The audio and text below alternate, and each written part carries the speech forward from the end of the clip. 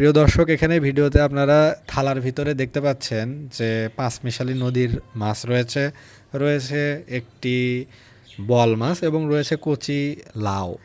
লাউ এবং বল মাছের একটা কম্বিনেশন, এই দুইটার সমন্বয়ে তরকারি রান্না করলে তরকারিটা টেস্ট হয়। বাঙালির একটি প্রিয় বা পছন্দের খাবার। আর নদীর মাছ, বিশেষ করে নদীর মাছ বা বড় খাল বা বিলের মাছ, বড় জলাশয়ের বা হাওরের মাছ, বিলের মাছ অর্থাৎ উন্মুক্ত জলাশয়ের মাছ খেতে সবসময়ই সুস্বাদু, কারণ সেখানে ফিড থাকে না, আবদ্ধ অবস্থায় জঙ্গলের ভিতরে বা ছায়াযুক্ত স্থানে চাষ করা হয় না, সেটা উন্মুক্তভাবে চাষ হয়, মুক্ত জলাশয়ে চাষ হয়। সেই মাছের স্বাদ, গন্ধ, রং, রূপ, সৌন্দর্য এটা অতুলনীয়। সেটা পুকুরের মাছ, চাষ করা মাছ কখনো তার সাথে পেরে উঠবে না। নদীর পাঁচমিশালী মাছের রয়েছে একটি আলাদা কদর, একটি আলাদা সম্মান, মানুষের কাছে একটা আলাদা আগ্রহর বিষয়।